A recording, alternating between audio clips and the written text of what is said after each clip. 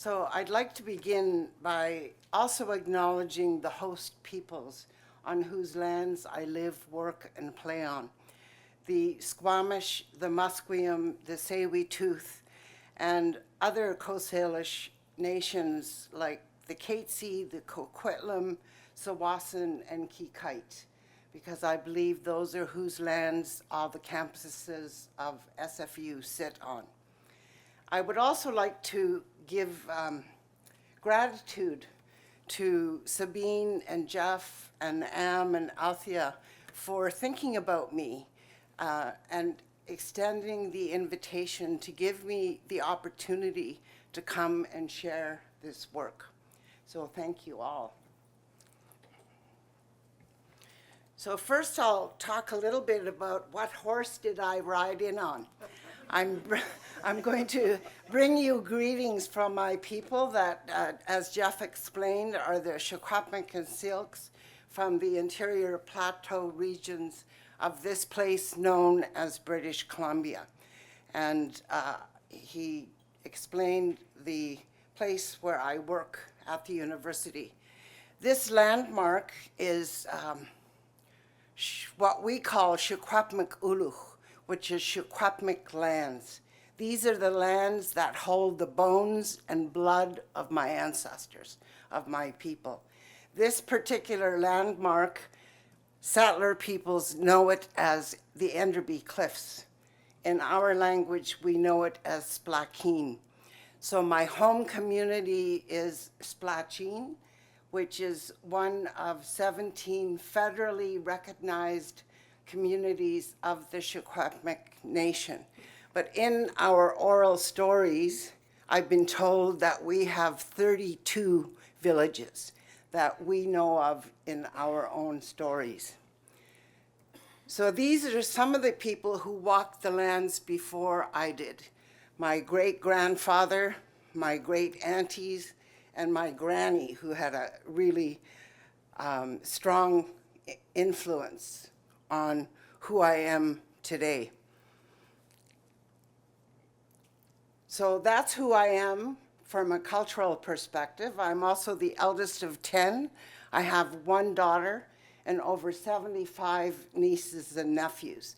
And Jeff has already explained the work that I did before I came to the university, which is the film and television work. So my academic genealogy, I started my undergrad studies at U of T, and I started comparing Euro-Western thought and Indigenous thought way back then. I was reading all these dead old white guys from the 17th century. I had to find out what white people thought about land, about freedom.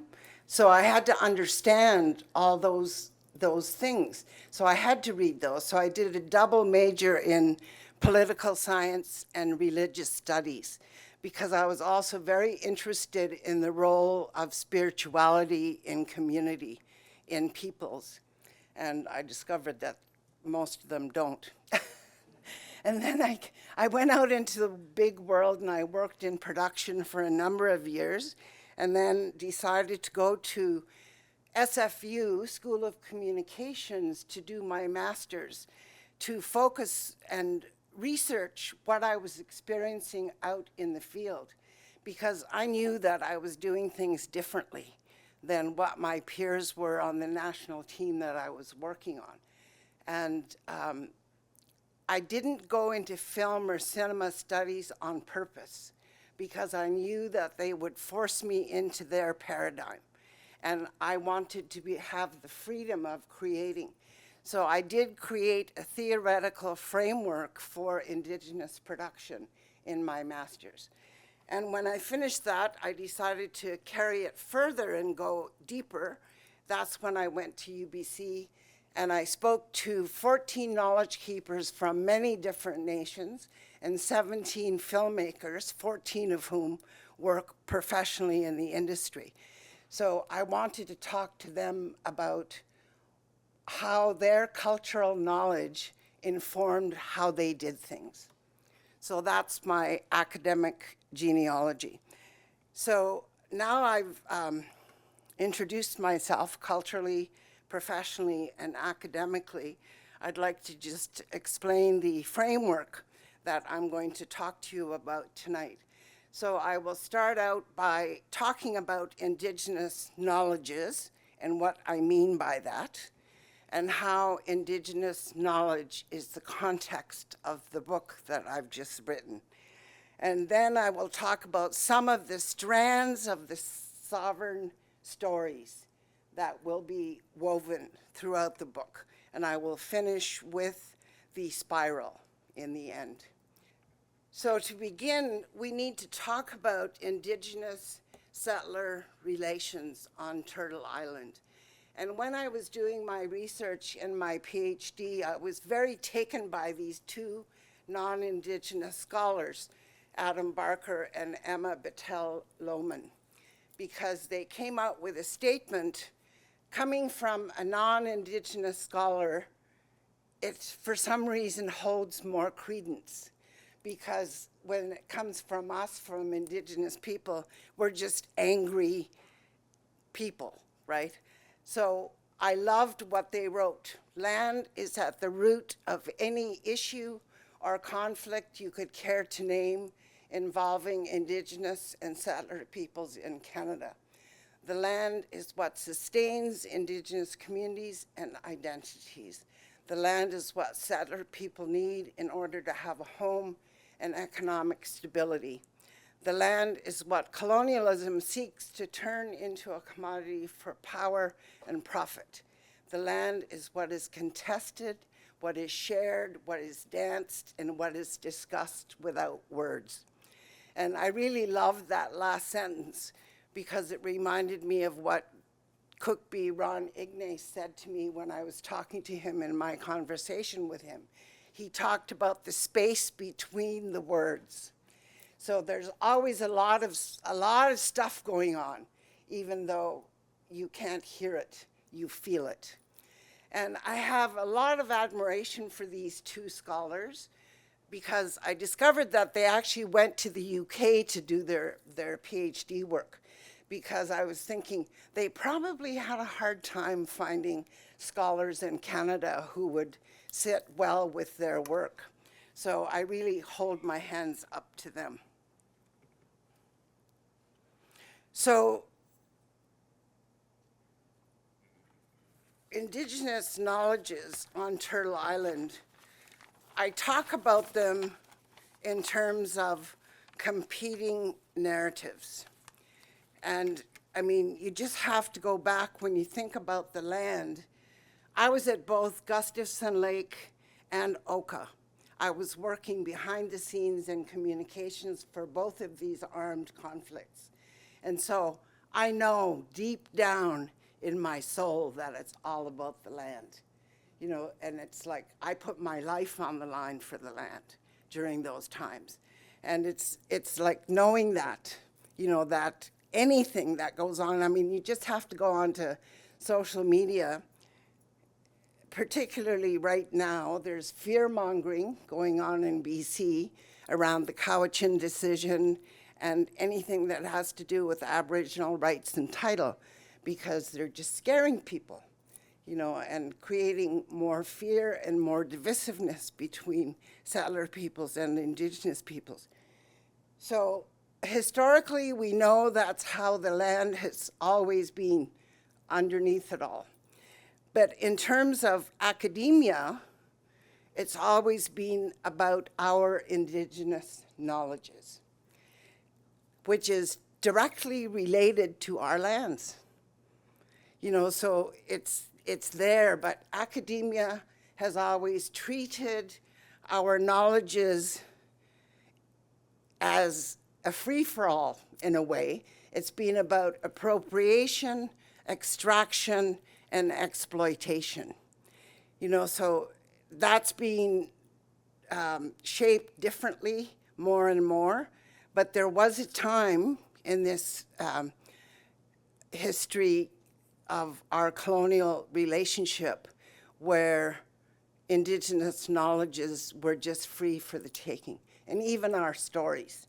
I mean, there has been a lot of good work that has gone on by mostly Indigenous women writers. But I'm not, I'm not saying that one knowledge system is better than the other, but at the core, there are such dire differences in terms of how we think about things that automatically rolls into our ways of relating. So one of them that I know that's really critical to me personally is Euro-Western knowledge says it's secular, and Indigenous knowledges infuse everything with spirit. And when it comes to land, for settler peoples, it's all about ownership. For us, it's about stewardship and protecting it. And another critical difference is that Euro-Western thinking is very individualistic. It's always just about me. Whereas in Indigenous way of thinking, you think about your family, you think about your community, and you think about your nation. So again, I want to emphasize, I'm not saying that one is better than the other. What I'm saying is that Indigenous knowledges need to be acknowledged for the contributions that we make to world knowledge, that it's time. It's gone on for too long, in my humble opinion. When I was a kid or teenager, I was sharing this the other day, I used to think I was schizophrenic because in my head, I'd be all confused and I'd be trying to sort things out. But of course, now I realize what I was doing was code switching. I was trying to understand from an Indigenous perspective what I was seeing and experiencing in this world. And I know that right now there's this concept of two-eyed seeing that's happening in the academy. And I really don't hang out with that concept. It's like the image that it gave me, and this is not to be disrespectful to people who have eye problems, but it makes me think of being cross-eyed. So it's like you can't have one eye focused on one thing and the other eye focused on the other. Neither one of them will be in focus then. You have to have both eyes focused to be able to see clearly. So two-eyed seeing is not for me. I don't want to be cross-eyed. So from now, all of that's being said, that I privilege Indigenous knowledge in whatever I do, whatever I say, and anything that I'm involved in. We bring in the land-based knowledge, which is connected to our languages, our stories, our songs, and our cultural protocols, which we think of as our laws, as the laws that are given to us through those stories. Now, each nation has a knowledge system that is unique to them and the land base that they are born to. So Squamish and Sælwətash is very different than Wenona's people down here. But we do have shared values and shared perspectives. One of them being the holistic way of seeing the world, body, mind, heart, and spirit. And in Indigenous ways, our cosmologies are very expansive. We include the universe, the stars, the moon, the Milky Way. So it goes beyond just the planet Earth. So, and it's also interdisciplinary. I always say that Indigenous knowledges are inherently interdisciplinary because we don't think in boxes. We take into consideration all the aspects of whatever it is that's going to affect whatever is on the table for discussion. And we believe that everything is infused with spirit. And one of the other values that we share is that we are caretakers and protectors of the land and all the other beings on the land. So all of that is the context for my book. And I've named, this is the working title right now, is Fourth World Cinema, Story, Sovereignty, and Indigenous Knowledges. So in my book, I have numerous story strands, which I will go into a bit later.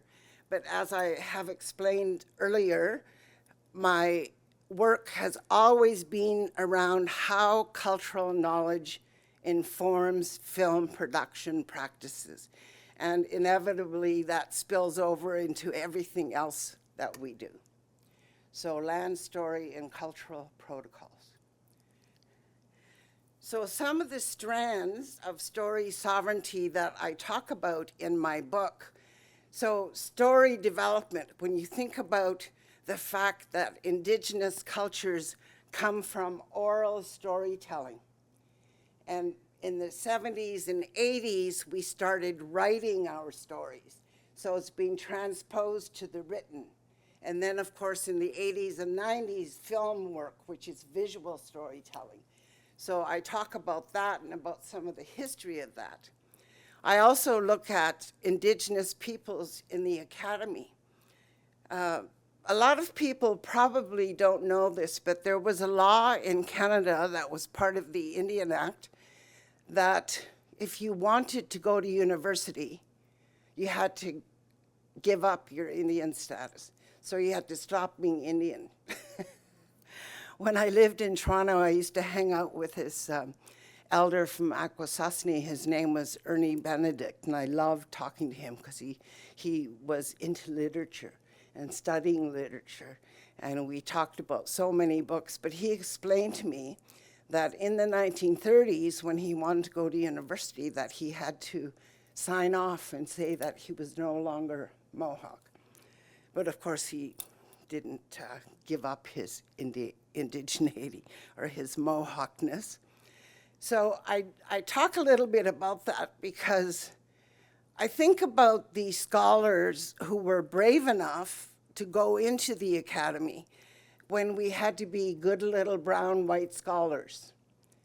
You know, and now we're finally getting to the place where we can be brown scholars and be who we are. And that's based in our Indigenous ways of knowing and doing. You know, so I talk about that a little bit. And of course, there were scholars who were in the academy who were countering the colonial story.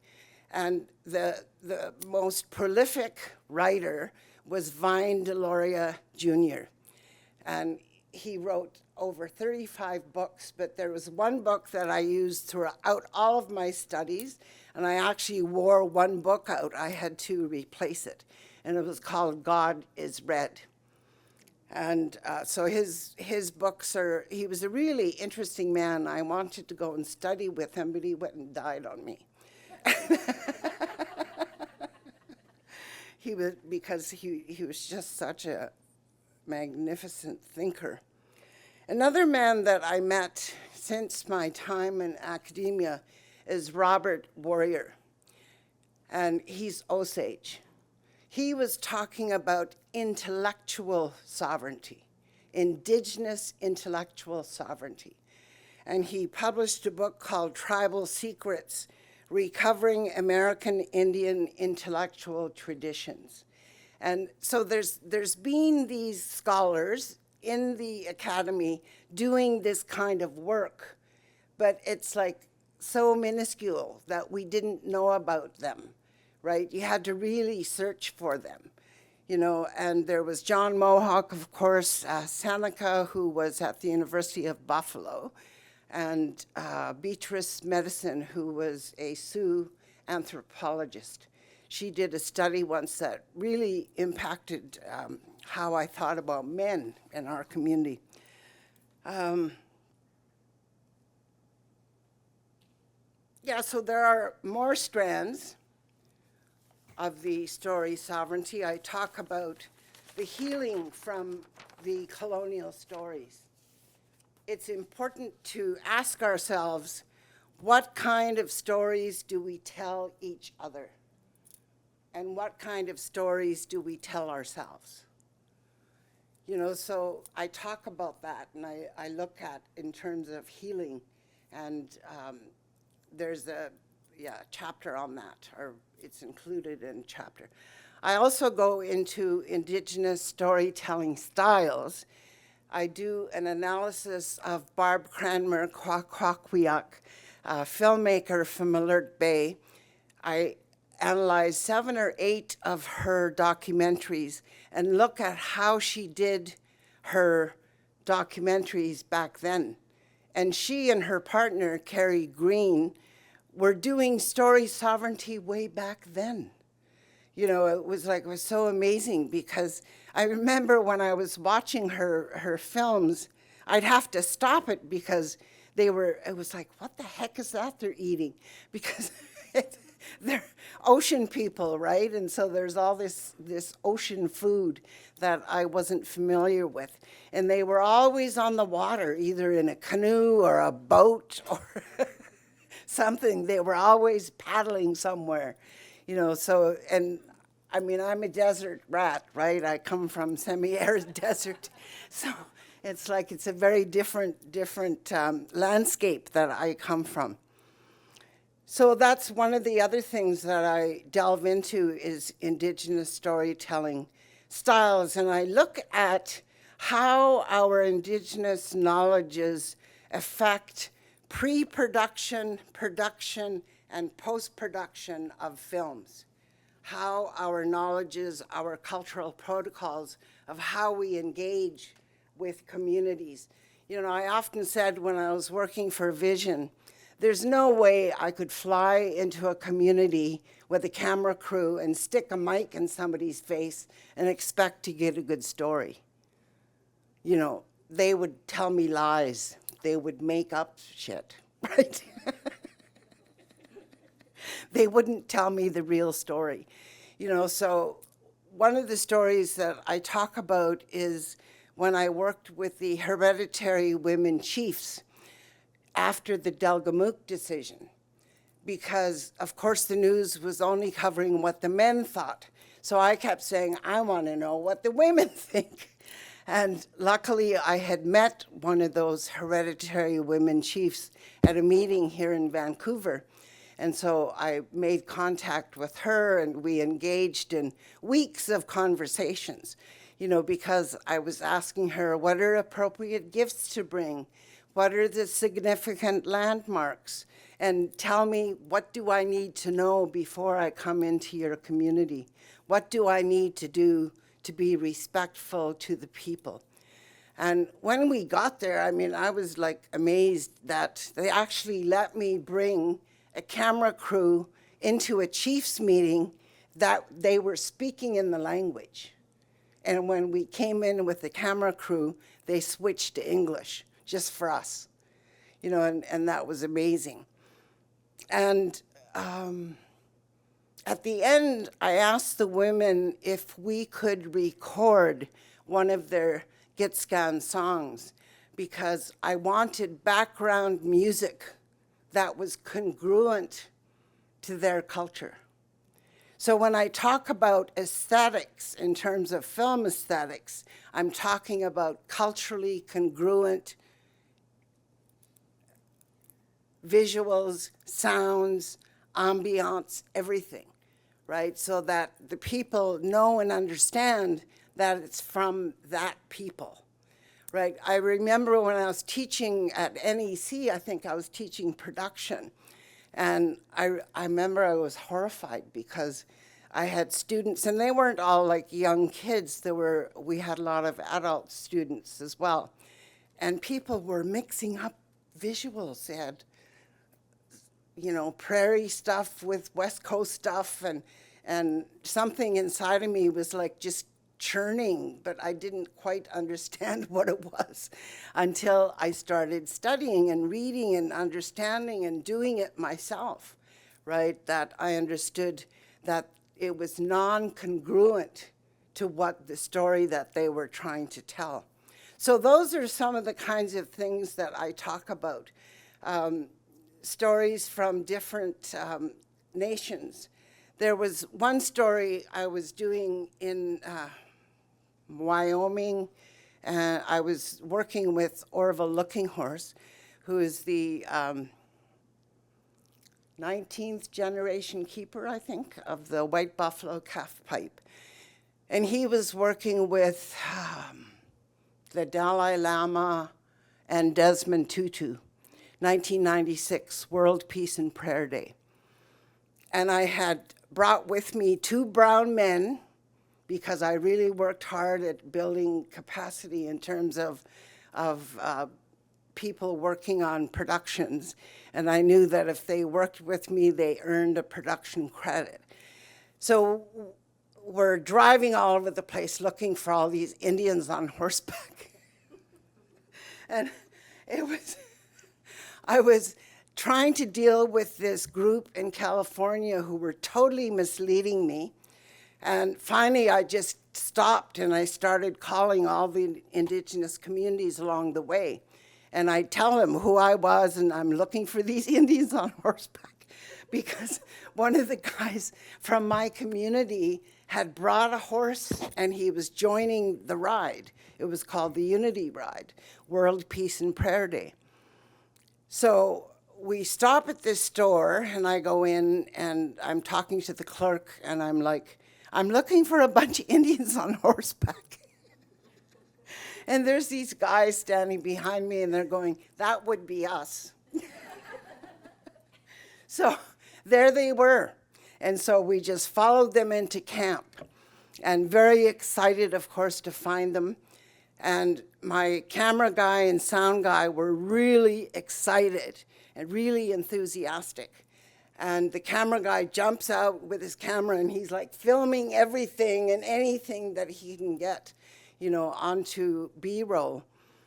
And I had this guy walk up to me and say, you better get control of that guy, otherwise I'm going to confiscate your camera. And so I had to take my camera guy aside, and even though he was a brown guy, he didn't understand protocols. He was married into my nation. He's Filipino. And so I had to take him aside and explain to him. I had gone and presented tobacco to Orville Looking Horse, and I sat and I explained to him who I was and what I was doing and who I was working for. So he gave me carte blanche that I had access to everything and anything as long as I followed their protocols. But he explained to me this was the first time that the Cheyenne Nation and the Sioux Nation were coming together to smoke pipe in ceremony in over 100 years. So that man that came and told me he was going to confiscate the camera, he was a member of the Dog Soldier Society, you know, the warriors. You know, so I had to explain to the guys, you know, you can't just run around and take whatever. You know, you need to ask.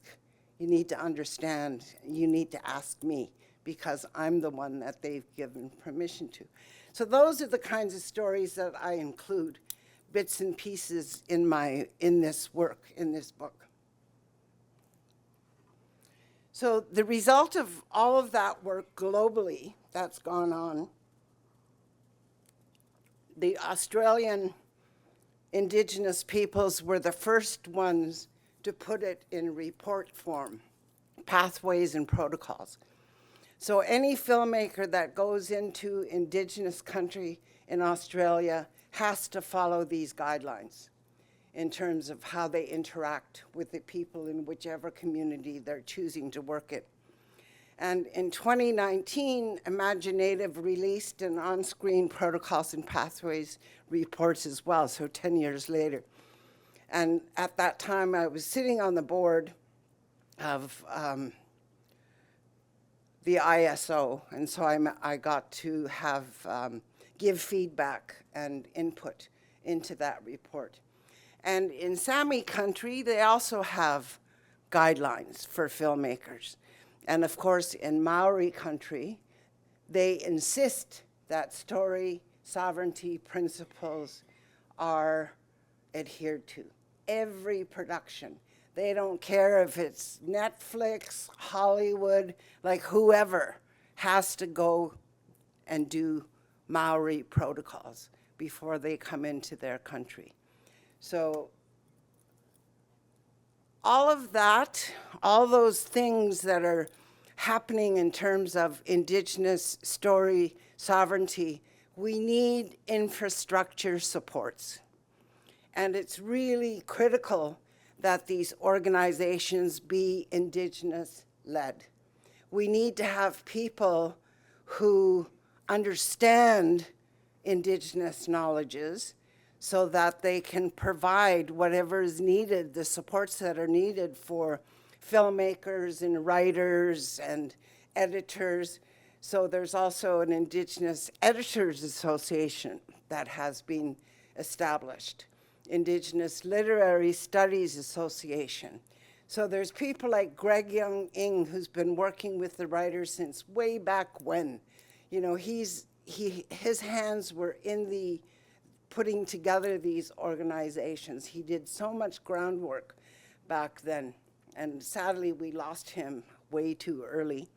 And of course we have the Indigenous Screen Office, which last year we finally got permanent funding from Heritage Canada. And that's a first for any Indigenous organization that is working in the arts, because we all know, you know, the arts sector is usually the first one to get cut when any new government is coming in. And then luckily we have Doreen Manuel here in Vancouver, who is also Sḳwx, by the way, and Tunaha. She started the Indigenous led digital filmmaking certificate program at Capilano University. And we also have Shirley Chichu, who is Moose Factory Cree, and she has set up this film institute, I'm not even going to try to pronounce that, on Manitoulin Island. So those are the infrastructures that are in place to be sure that story sovereignty continues and is strengthened. So I talk about all those story strands, all those strands that I've been talking about, different aspects of that overall story. I bring it together in a spiral, which is a continuum of story sovereignty. Now, I remember when I first moved back home, because I was living in the East for a long time, when I first moved back to my territories, everybody was into talking about the medicine wheel this, the medicine wheel that. And one of my people said to me, that's not ours. So it was like, oh, okay. So it took me a while. You know, I spent some time with the elders, some of the knowledge keepers, and that's when I found out about the spiral. That's because it's about perpetuating life. It has a continuation. So there is no end to the story. It's like our stories don't have a beginning, middle, end, and a conflict that has to be resolved in the denouement. You know, it's like the story is always continuous. So that is all my smoke signals to all of you. Some sage. So we'll finish with, does the Academy recognize the gift of Indigenous knowledges? And Wenona Hall is going to come up here and join me and give me some hard questions, I think. But I just reminded myself of a story. When I was in the School of Communications, I had, you know, there's all these mandatory courses that you have to take. And I was talking to this old white dude who I think is gone now, and I was talking to him about the assignment, and I was talking to him about writing it in a way that is interdisciplinary. And he looked at me and said, I have no idea what you're talking about. You know, and I just looked at him and I thought, in my own inside voice said, okay, now I know how I have to write this paper to get my A, right? You know, so we have to do that a lot, right? And it's like double work for Indigenous when you're code switching and you're trying to understand how you can use your own knowledge in a colonial academic system. You know, so, and recently, you know, when we asked this question about what kind of university do we want, and I have to say I've been blanking out all of my emails. I haven't been reading them or responding, but I started paying attention this last little while. And I had a couple of students get in touch with me. I gave them my private email because they're just special, and I wanted to be sure that I was there for them no matter what. And one of them was transitioning into interdisciplinary studies in the Faculty of Grad Studies. And he wrote me and told me I'm leaving. Because when the grad studies decided to close that program down, I was like shocked because I thought they understood what interdisciplinary means in terms of Indigenous knowledges. But apparently the decision makers do not. So that irks me. So that's it.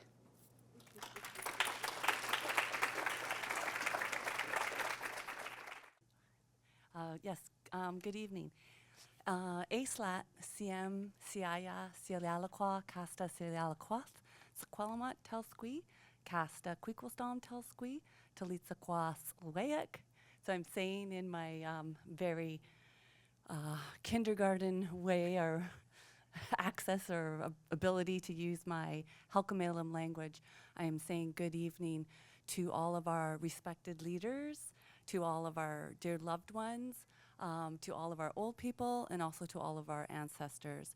And I'm letting you know that I carry the name Sgsmålmat, which is my ancestral name from my paternal grandfather's maternal great-great-grandmother. And that I come from Sḳwx, which is known in English now as Chilliwack.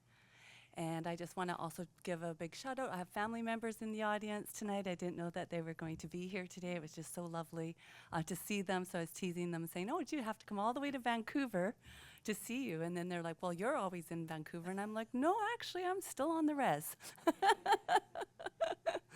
Oh, yeah, I'll probably finish out my days on the res. There's no better place to be. My English name is Wenona Hall, and I'm just really honored for Dorothy to have asked me to come and respond to her work. I met Dorothy when I moved to SFU a couple years ago. She was, I believe, my first meeting. I think she emailed me right away as part of her welcoming of a new Indigenous faculty member to the university. And she took me for coffee, and I think we chatted for hours. And I hadn't even started yet. And so I just felt like I've known her for a very long time. And I think also like being xʷməthkվəy, different from the Stalo, but as we were talking yesterday, so many similarities between our nations and the protocol that we're supposed to follow. And so when we ended up doing a presentation together for the Indigenous Graduate Symposium, we did a presentation on Indigenous research methodologies, and just not surprised at how similar our work was in terms of the methods and the methodology that we followed, and the use of different ways of knowing, not for us, but for the academy, in terms of bringing in story and dreams and the cosmologies and different ways of knowing that are valid for us, but the university might not understand what that looks like. So that is just my way of acknowledging that while Dorothy researches and writes about this, she lives it, as she mentioned, and does it in her everyday interactions with her students, with her colleagues. And when she left for study leave, I was not happy, but I know how important that is to your academic journey. And now she has another book filtering in her mind, and so she's like, I have to go off on another leave to get this one written while it's there, because the academy can be a very hostile place. I think for a lot of people, but especially for Indigenous scholars, it is not a safe place, and there's a lot of really interesting dynamics and hostilities that go on. Some, even though like we grew up addressing and dealing with racism our entire lives, I still get quite shocked by some of the things that are said and done at the university, especially when we can sit there and talk about indigenization, reconciliation, decolonization, and then boom, then they just slap you, like right after they're talking all those beautiful words, and then they close the INS program without talking to anybody and not understanding the impact that that's going to have, especially on Indigenous scholars in the academy. I was sharing a little bit earlier with Jeff when I met him, when I arrived this evening, that I had to attend a Senate meeting because our action plan is making its way through. It's a program review, a structural thing you go through at the uni. And so our action plan needed to be approved by the Senate. And that afternoon, I had attended the last lecture of Dr. Audain Yellowhorn.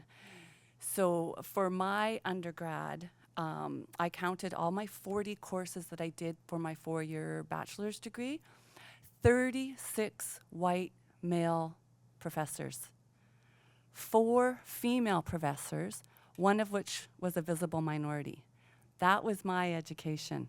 And I would have to, after every class, just run up to the 4th floor of the library to indigenize what I was learning, to pull the books from Indigenous authors like Vine Deloria and a few others that we had at SFU at the time, and sit in the library and relearn everything through my Indigenous lens and through these Indigenous authors. And it was very much like a double. And today, we have Indigenous professors in the university, so that our students don't have to do that. They can actually do it right in the classroom. So I was leaving when Eldon was coming on board. He was just being hired as the very first Indigenous faculty member at SFU, and that would be some 25 years ago, which is really sad to think it's only been 25 years that we've had Indigenous scholars coming in to the academy. So he was giving his last lecture because he's retiring. And I'm so glad I was able to go, and my daughter, who is currently a law student at the University of Toronto, who is also going through it, going through law school. I warned her. I told her, this is what's going to happen. This is how. So she knew what she was up against, but she was home for her reading break, so I made her come with me to Eldon's last lecture. And then after that, I had to go to the Senate, and so I dragged her to that too. And as we're driving home, she's like, Mom, I think I just watched you get hate crimed at a Senate meeting. Because there was, and I'm kid you not, there was a comment that genocide, colonialism, and oppression, that those are personal political opinions. Yeah. I almost fell out of my chair. I'm like, since when is that a personal political opinion? Thank heavens our president chairs these. She interjected and handled it like a pro.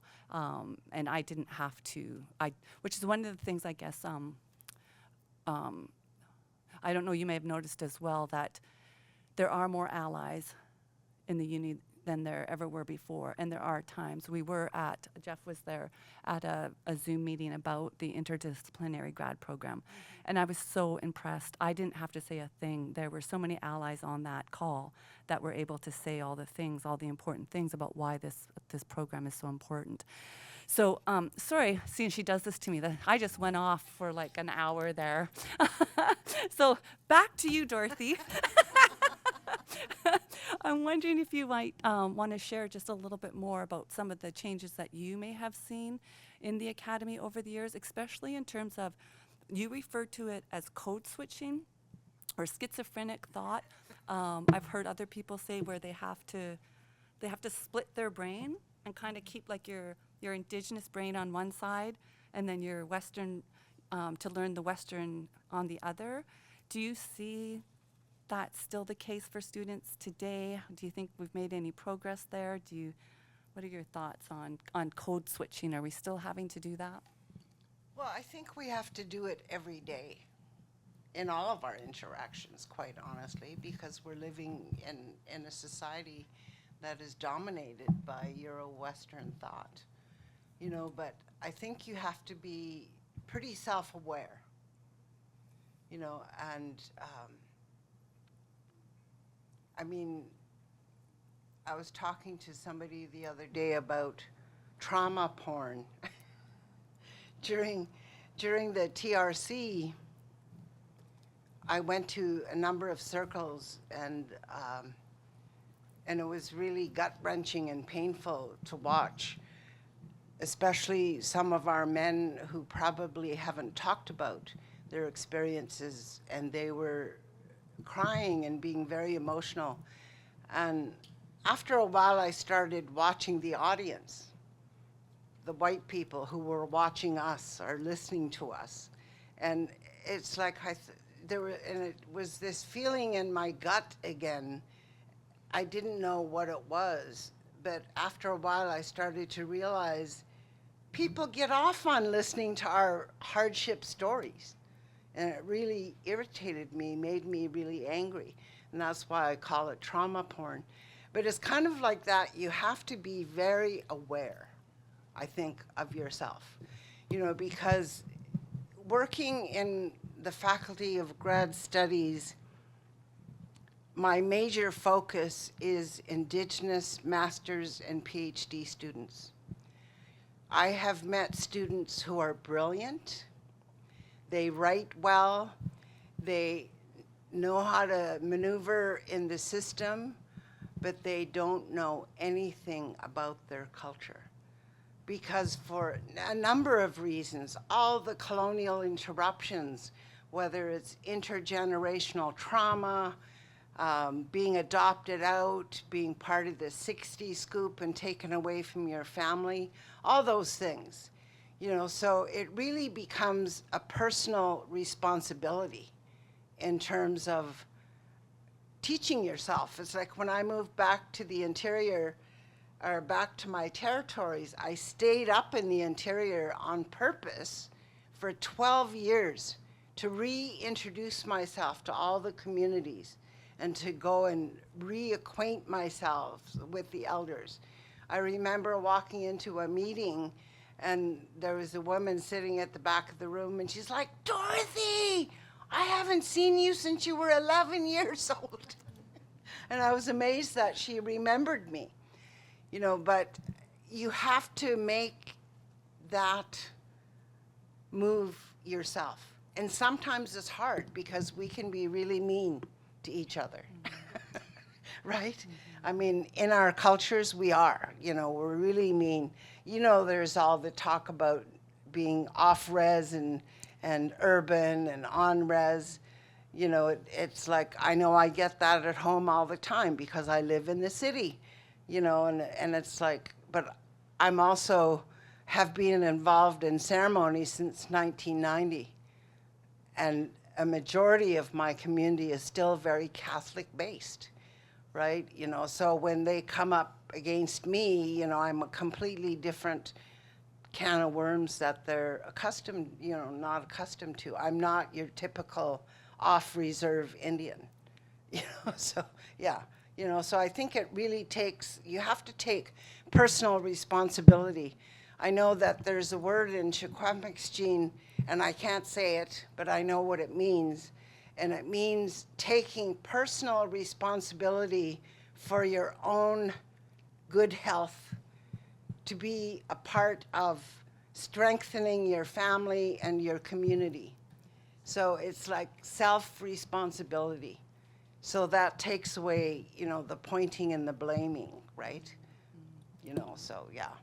I think once we get back to understanding our own concepts and our own language, I think it makes a whole lot of difference. You know, so for those kids, those young students, you know, who are still trying to find their way, you know, they need to humble themselves.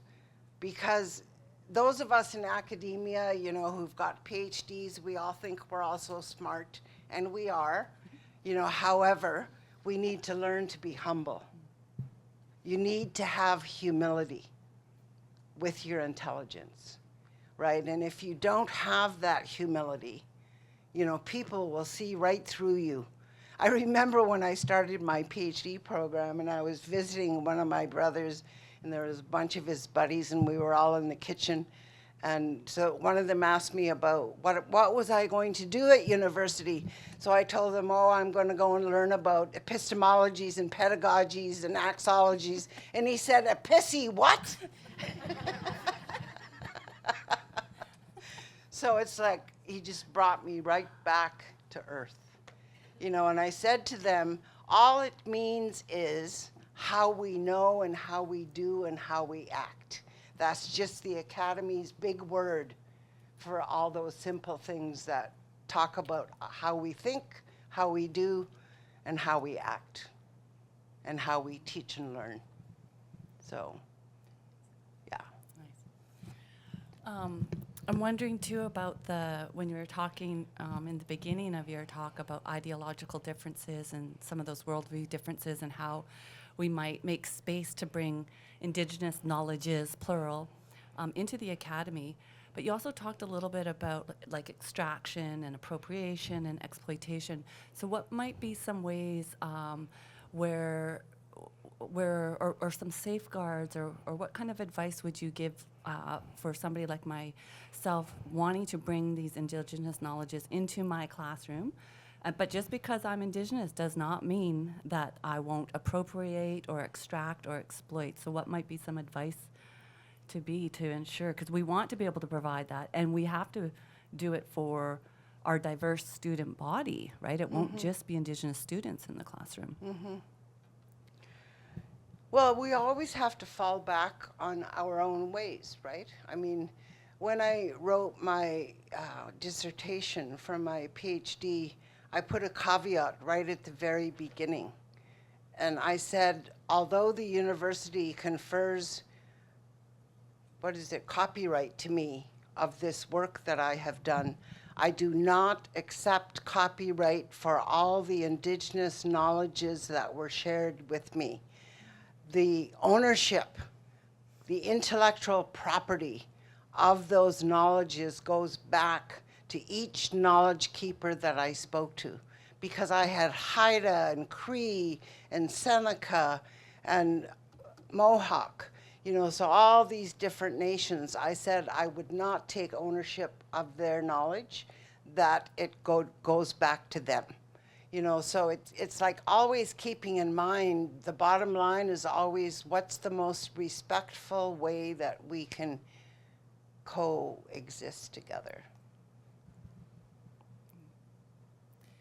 What do you think of the grading system? Because that's the other concern I have too. Because I've always been taught, as I'm learning my Stāllo ways, I'm never wrong when I'm learning my ways, and I don't have to do it in 13 weeks, or I don't have to get an A or a B. So I'm just wondering what your thoughts are around that. Like, have you put any thought to what that might look like?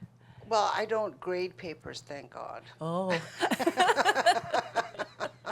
Lucky you. It's a mild form of torture. I have a couple past students.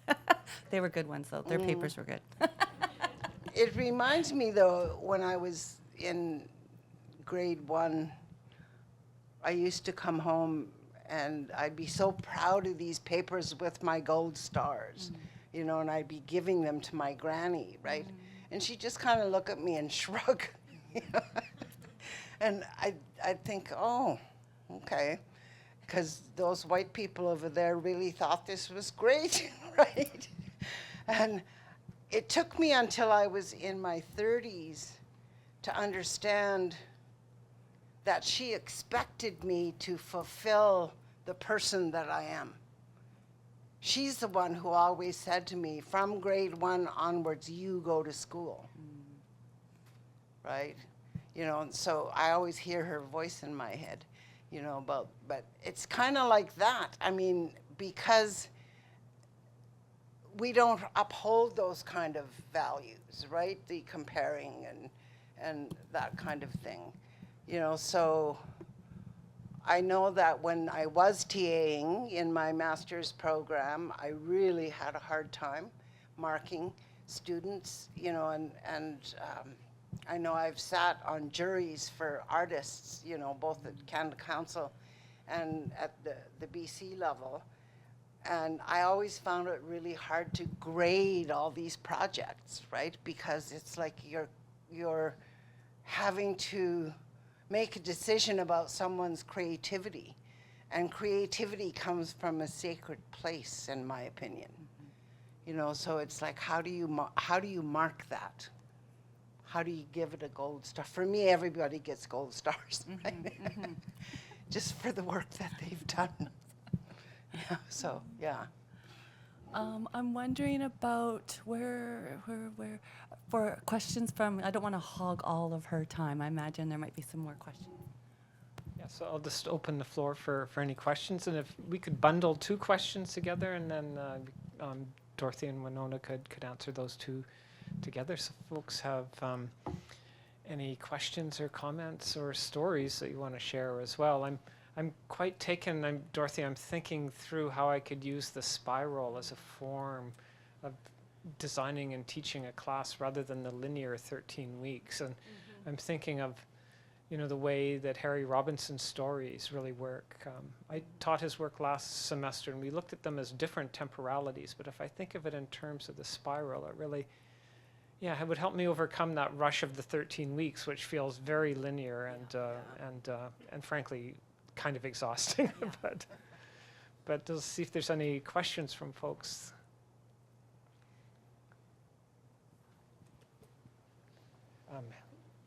Tara's got your mic there. I just have a kind of a short question, and it's has to do with something Dorothy mentioned. She was talking about Indigenous ways of thinking, and she was referring to the collective, and which is in turn related to the community. So I thought I might get some further comments from you as to how do you place that? Like, how do you, because from an Indigenous point of view, there's nothing but community. There's nothing but what is collective. That there is not, like, the I can take second place. So can you maybe comment further on what your views are about what is collective, what is community? Well, they're the same. I tend to create collectives wherever I go. Right. It's like living in the city, right? You create your own little community of people, so it's like you make your own collective, so that it's not all about you, right? But still, I get lost in my anonymity and want to be alone from time to time. But I think we're creating collectives if we're healthy, right? And healthy social engagement, that we create collective as we go. Yeah, that's correct. I agree with that. But what I was thinking of is in terms of if you do something collective, or let's just say we have a community of people who work on a project, right? They can have an understanding of what collective, what community means. But it's a different understanding if you have an understanding of community that has been community and collective for centuries instead. So that was kind of what I was getting at. It's like that's part of that Indigenous picture that we have. Yeah. Yep. Yeah. I don't have anything to add to that. I don't know what your question is, really. How do you see community within your Indigenous viewpoint? How do you see What is your experience of that? within your Indigenous viewpoint?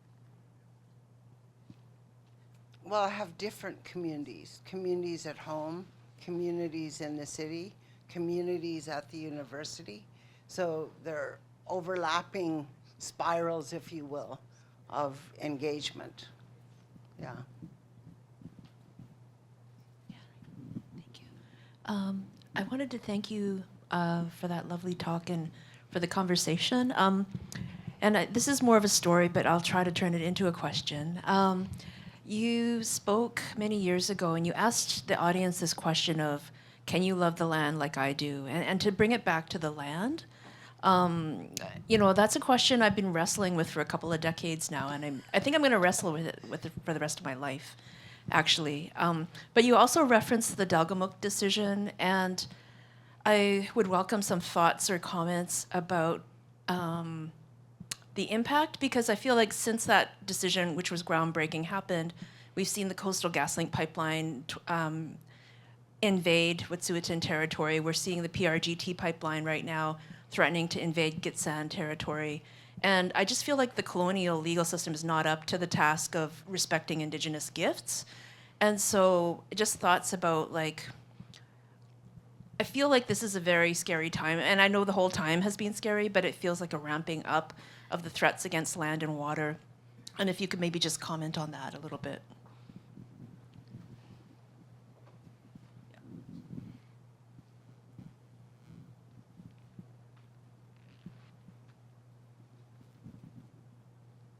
That's a really tough one, because lately I've been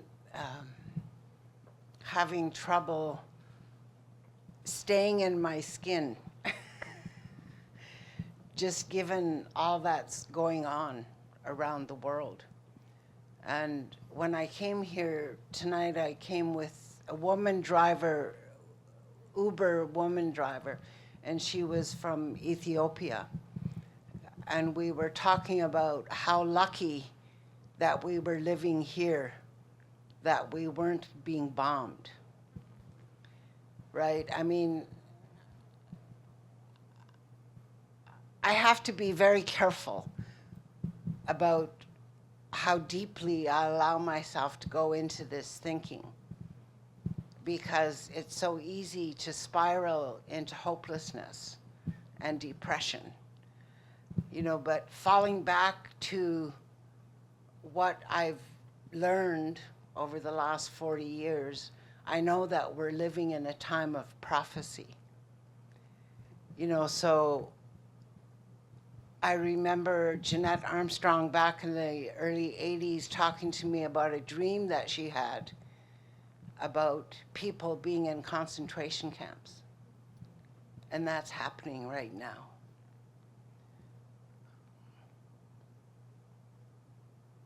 I don't like to relive and go back to the place where I was when I said, I put my life on the line for the land. I don't know that people are prepared to do that. You know, so when I think of the Gitxsan Wet'suwet'en up there and what they're dealing with, you know, and I know that some of those women are putting their lives on the line. And it's all very regional, and because they're isolated, they don't get the support. You know, so I don't know, I sure hope that we don't have another Oka. I hope that people don't pick up guns, you know, because it'll just end not well. But I don't know what the answer is in terms of the earth, you know, because we're being bullied by the corporations and the governments. You know, so I don't know about what we can do about it. I don't have a solution. I only know that when I get to a place where I feel really overwhelmed, I head for the mountains. And I go to a waterfall. And I bathe in that waterfall. It doesn't matter what time of year it is, because I feel like that's the only thing that will cleanse everything off of me, is working with the water in that way. Yeah. I don't know if that answered your question or not, but. Hello, I'm first generation Punjabi and in the visual arts. Are you surprised that like the Vancouver Art Gallery or the Balkan Art Gallery or the Surrey Art Gallery or even the Audain Art Gallery, that regarding Gaza, that they haven't even called for like a ceasefire or even had like a discussion? Anything you want to do with that would be great. Thank you. I suspect their funders are probably Zionists.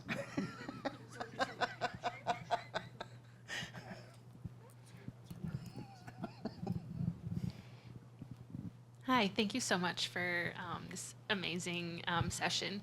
I have a question for, I guess, both Dr. Hall and Dr. Christian. Let me go back to my notes now, because I might spiral into this question.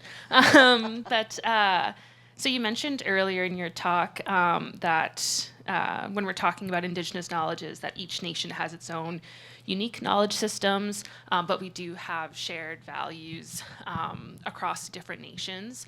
And I'm wondering how, I guess, like how you both kind of differentiate between like what are unique knowledge systems to different nations and what can be shared, and not in a way that kind of like appropriates different nations or kind of makes it just like an all-around like pan-Indigenous perspective.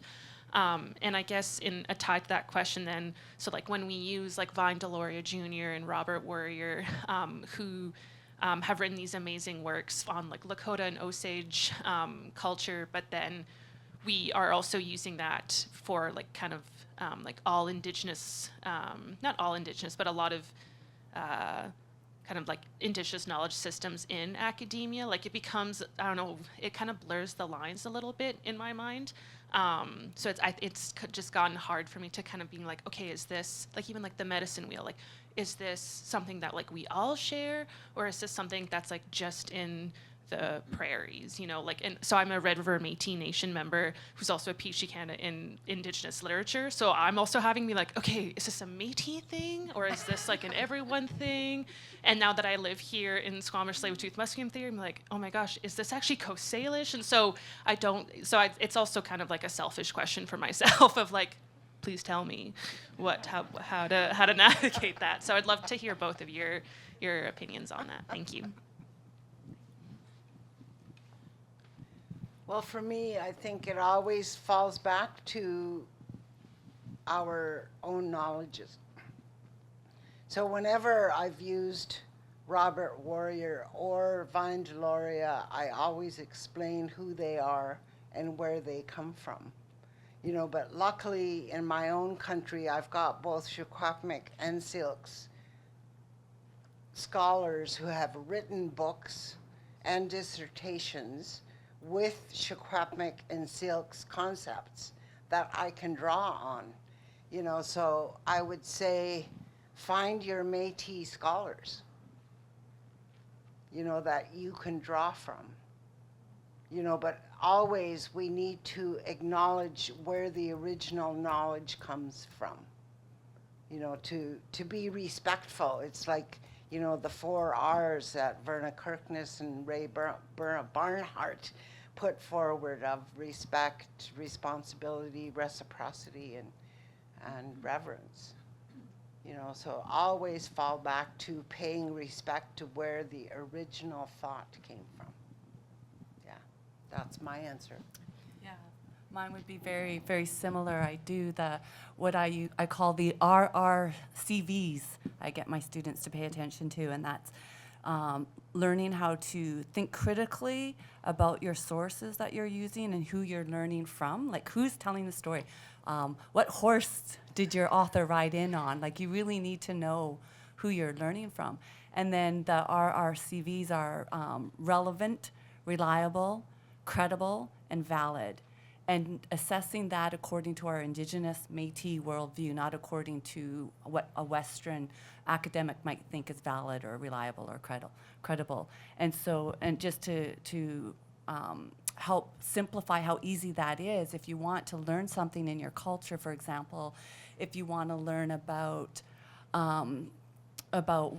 cedar, working with cedar, and why we work with cedar, and what we do with our cedar, and all the protocol that we follow with that cedar, we're not going to go talk to a hunter. We're not going to go ask that hunter, like, oh, hey, and vice versa. Because in the Indigenous world, it's just amazing how, because of that pan-indigeneity, that, like, if I'm Stalo, my students think I know all things Stalo. No, I'm still learning. Like, I'm not an expert on all things. I have my areas that I'm an expert in, and I know what those are. And I have students that bring me a book, and they're so kind. They think they're doing me a nice favor, but it's a book like in Ojibwe. And I don't know how to, like, why I'm Stalo, I'm xʷməthkվəy. Like, bring me a book in xʷməthkվəy. But so it takes a little bit of extra work, I think, but it's worth it. Like, to be, you put it yesterday when we were talking about how it's not easy to be Indigenous. Like, there's a double burden. Like, there's a lot of work that goes into being Indigenous because of all the Western protocol we have to follow, but then also all the Indigenous. And the fact that you're asking that question shows that you're definitely on the right track. Well, it made me also think about a section that I wrote about in my book, in a discussion that I had with Victor Messiesva, who's a Hopi filmmaker, who's been talking about visual sovereignty since 1964. And throughout all of my chapters, I've been sending them to the people who I'm writing about, so I sent this chapter to Victor to make sure he was okay with what I was talking about. And he just wrote me back and said, "You're going to piss a lot of people off." Because we're talking about knowledges and how you acquire knowledges. And he was talking about earned knowledge versus cobbled together knowledge. So a lot of pretendians are people who are trying to come back, but they don't know how. They'll take a little bit from this culture, a little bit from that culture, a little bit from that. So that creates the pan-Indian thing. Right? But they never acknowledge where those knowledges came from. They just take it as their own and pretend that it's theirs, that they've actually stolen from little bits and pieces. So there is a system, like when we're talking about earned knowledge. I was talking about a white woman friend of mine in Toronto who once said to me, "When are you going to allow me to go into this sweat lodge?" And I ripped half her face off. Because I said to her, "Don't you dare look at me as your doorway into the sweat lodge. You want to do sweats? You damn well get out on the land with us. Roll up your sleeves, get down on your hands and knees and dig like the rest of us." And she wrote her book called Distant Relations: How My Ancestors Colonized America. She did her PhD on that. She's 13th generation Canadian. And at the beginning of her book, she acknowledged me as the one that prompted her to write that book because of how hard I was on her. Because I was really mean to her at the beginning. But she's a really, really good, dear friend of mine now. So it's like we went through all the decolonizing, if you will, of our relationship as Indigenous and settler persons. But it is about earned knowledge, yeah. Maybe we'll take one more question. But Hi, I have one question, and I'm a student here in the Department of Education, and I am from Pakistan. I'm not Indigenous here. I'm very new to UBC in Vancouver. So I have a question for you. It's my own question, but I'm trying to understand. So it's about performativeness that I don't know about, but I've come across it recently in my journey learning about Indigenous knowledges. And so UBC puts one Indigenous reading in our curriculum, which is full of, let's say, 10 other Western reading and one Indigenous reading. So it happens like that. And but I was inspired to learn more about Indigenous knowledge than just one course. And and I'm not researcher, I'm just a student learning. And so so my question is around, when does it become performative for non-Indigenous students who are trying to make effort to learn about Indigenous knowledges? Because I'm also doing a practicum, and I encounter someone who is white, and I know that my intentions are only from learning and good purpose, but she sort of molded the question and made me feel like it was performative. And it makes me wonder, what is performative in this terrain, and when does it become performative? I'm not looking for exact answers, but I'm just trying to understand what it means in the context of Vancouver for a non-Indigenous student who is encountering one Indigenous reading in this curriculum full of Western reading. Because, you know, someone's got to tell us something, right? So, just that. Well, when I think of performative, I think of multicultural days when we came out and danced our powwow dance or whatever, and brought out our food, our fry bread and salmon and whatever, you know, and I don't know how you make the distinction of performative. Like, I don't understand what your question is really. You know, like, do you mean when people do their songs and dances and drumming, do you think of that as performative? Or are you talking about that one reading in your curriculum as being performative, like of your faculty, of your prof being performative in putting it in the curriculum? Or do you have the mic?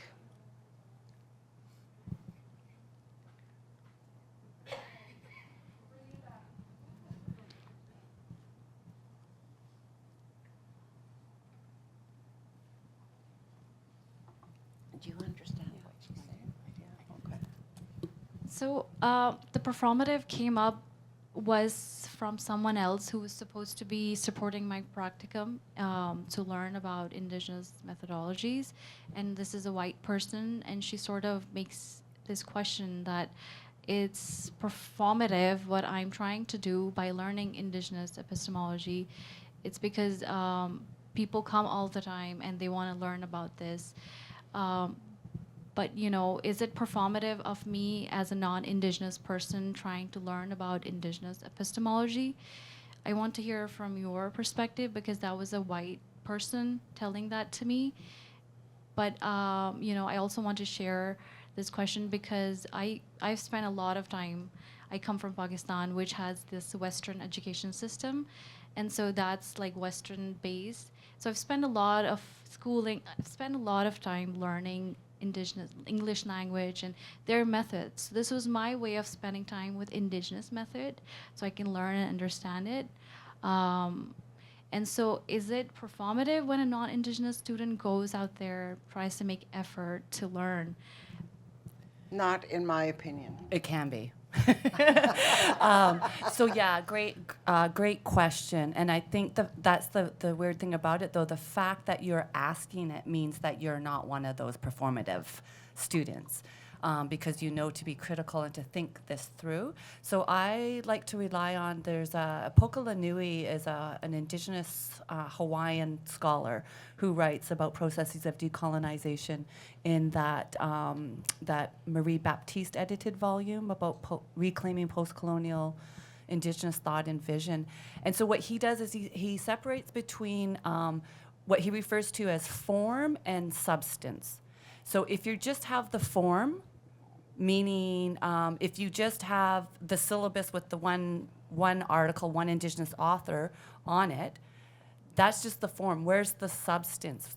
Why is that author on the syllabus? Why is there only one author on the syllabus? Why are you reading this? What are you hoping to get out? So whenever you're engaged in anything Indigenous, always keep in your mind about the substance, the why you're learning and what you're going to do with it. Because if you're learning it simply to tick off a box, that's performative. Or if you're doing it simply because somebody told you to, but you don't really want to, that's performative, right? So there has to, does that help? There has to be some substance to why you're doing what you're doing. And you can also think as well about asking your prof about that. Because for me, there were no Indigenous authors on any syllabi throughout my whole undergrad, not a single reading by an Indigenous author at all. So now when I hear like, oh my goodness, you've got a reading on your syllabus, but I also know that's not good enough though as well. We need to go a little bit farther than that, because 1 week, one reading, what's that gonna do? It might even cause more damage than good. So when I was teaching some teacher candidates one semester, there was a student who was very performative. And so I was trying to very gently bring her around to where she needed to do before she goes out to become a teacher in the K-12 system. And I was trying to do it gently, but I might have been a little stern, a little more rough towards the end, because it's like, this is just run out of patience maybe. So I got called into the dean's office because a student lodged a complaint against me. And I was exhausted and I was tired, and I've shared this before. I didn't want to go into the meeting because I was so tired I needed to unwind. Like the 70 teacher candidates, all of them with the deficit model around Indigenous peoples. Like they just wanted to learn about how we're special needs and special learners. And I was flipping that on their head, telling them, no, you need to change your pedagogy. You need to change your curriculum, and you need to change your attitude. And so the candidates were having a really hard time with this. And so when I got called into the office, I still hadn't decompressed yet, but they were forced me to go in. So I went in and I was tired. And the student had complained. I said, well, why didn't she come talk to me? And the dean and the chair said, well, she was scared to come talk to you. And I was like, I'm not kidding. Well, that's effing bullshit.